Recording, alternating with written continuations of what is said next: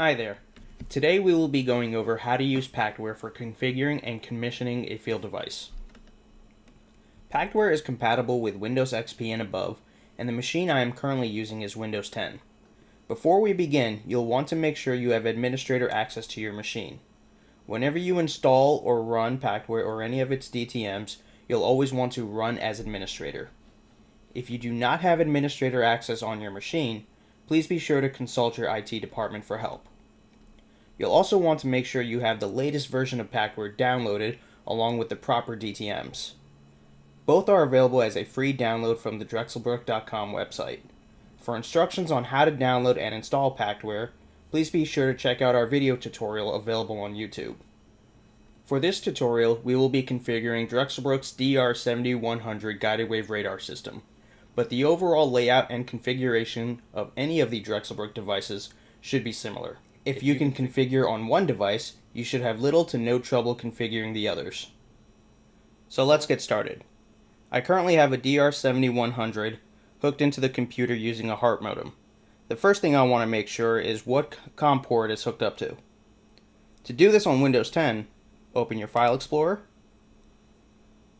go to this PC on the left-hand side, right-click, go to Properties, and open Device Manager.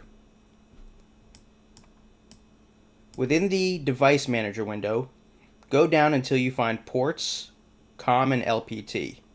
Expand this selection. Now I'm using a Microlink HART protocol modem. It's showing that it's on COM4. So when I go into PACTWare and try to connect, I want to make sure my COM port is on COM4. Now that I know this, we'll close out our windows, and we're ready to open PACTWare. To open PACTWare, find your icon, right-click, and remember, you always want to run as administrator. Hit yes. PACTWare will load. Once you see this screen, you want to go over to your device catalog. Within your device catalog, the first thing you want to load is code writes. Hit add, or you may simply double-click. Once you double-click, you'll notice it shows up on the left-hand side here under the projects pane. It's showing that it's on COM4, so we're on the correct COM port. If you have an issue with showing the correct COM port, right-click, go to Parameter, and under the Serial Interface drop-down, you'll be able to select your COM port. I'm going to leave it on COM4. I'm going to hit Cancel since everything was correct beforehand. Once that's enabled, go back to your Device Manager. Assuming you already have your DTMs installed, go to Amatec Drexelbrook, and I would like to connect to the DR7100. Double-click, and it should show up on your left-hand side. Once this is done, right-click, and hit Connect. PACTWare will now load the configuration for the DR7100. This may take a few minutes.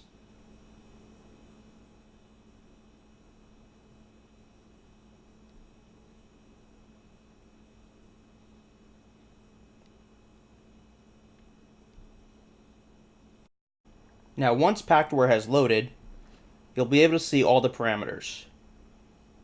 Over here you'll be able to see the serial number and real-time output, and a brief summary of your current device's parameters. Over on the left-hand side, you'll see a DTM menu. You'll see Quick Setup, Test, Advanced Setup, and Service. Before we begin anything, the first thing you'll want to do is log in as supervisor.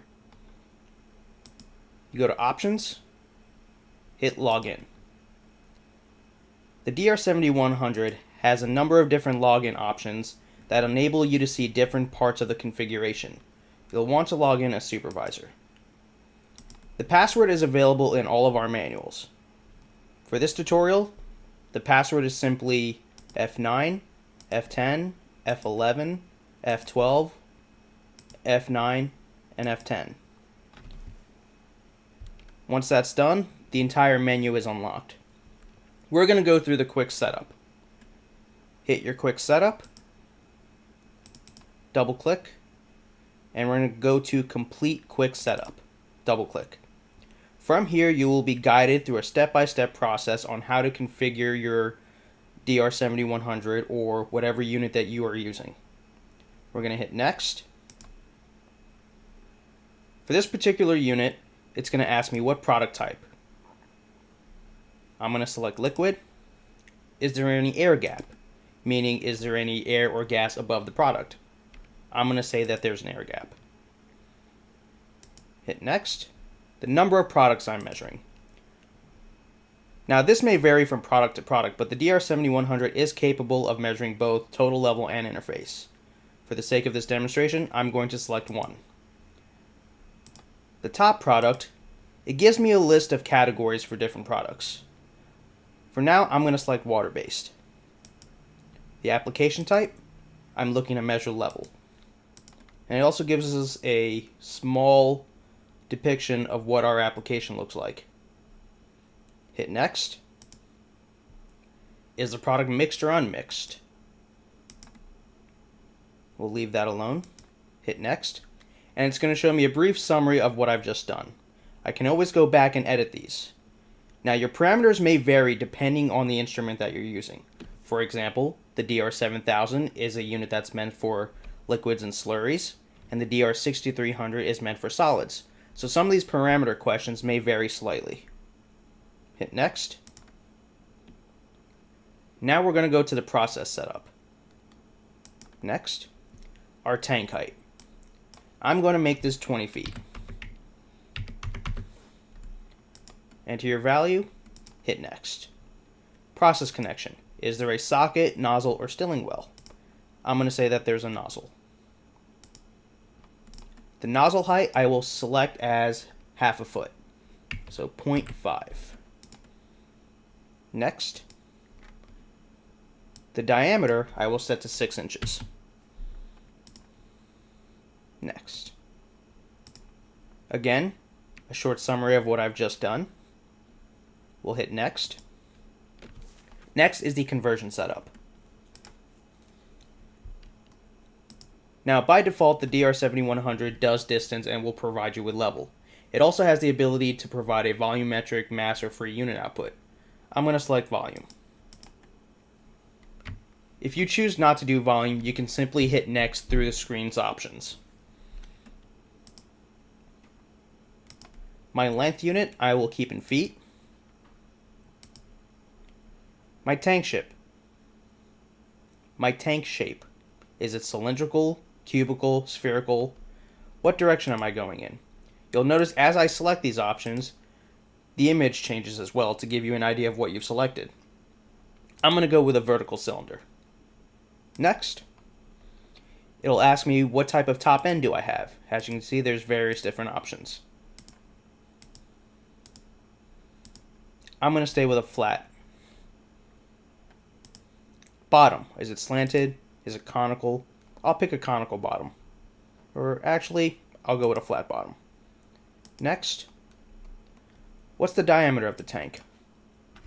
I'll put in 12 feet. The height, 20 feet. Next, conversion unit. What units would I like my volumetric output to be? I'll pick cubic feet. Next. Now here I have a linear relationship between the 2 points that I've already created based on the dimensions that I entered in previously. If you have a custom table, you may enter those values here and hit next. Lastly, we're going to set up our current output. Next, output function. Do we want it to show level volume, distance, Ulich volume? We're going to pick level.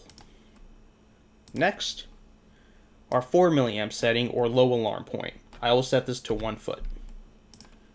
Next, our 20 milliamp point or our top point, I will set this to 15 feet.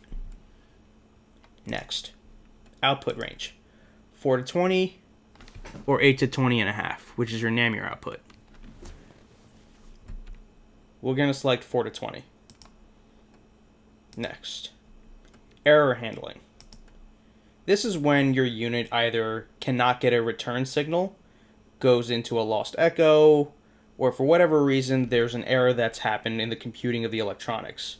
What would you like the unit to do in this case? Would you like it to go to 22 mils, 3.6, or hold last value? I will go to 22 mils. Next, heart address.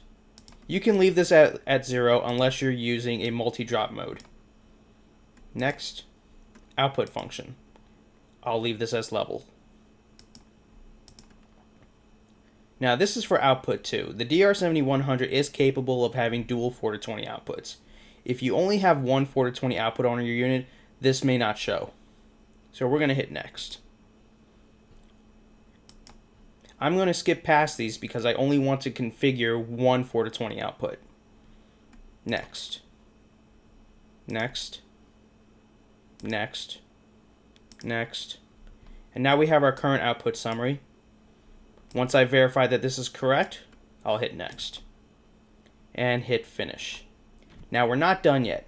Hitting finish does not write this data to the unit. To write the data to the unit, you'll want to go to the unit on the left-hand side in your project tab, right-click, and hit store to device.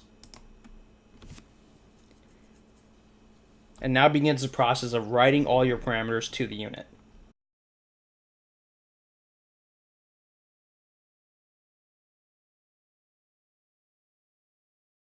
Once the status bar is cleared, you've successfully written your parameters to the unit. Other functions that are available are test functions and advanced setup options. Now, advanced setup options, I would advise not to configure any of these settings unless you absolutely have to. And before you do, it would be highly recommended to speak to one of our service technicians to make sure you get the optimal settings for your unit and application. You may configure each of the parameters individually here rather than go through the quick setup and go through the entire process. You also have the option to reset your unit to default settings. Couple other things to note. Under device, by default, write all parameters is checked. What this will do is, for example, if you only want to change one parameter and you have this checked, it will rewrite all the parameters.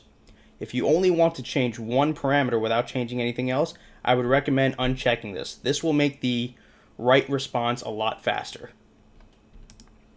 To save your PACTWare configuration file, you go to Options, Export Data, name your file, and hit Save.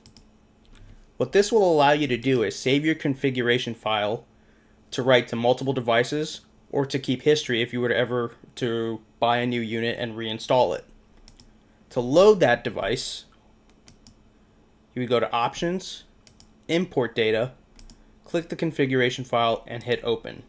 This brings in the configuration from the file you just saved. Once it's saved, you can go back to the unit, right-click, and hit Store to Device.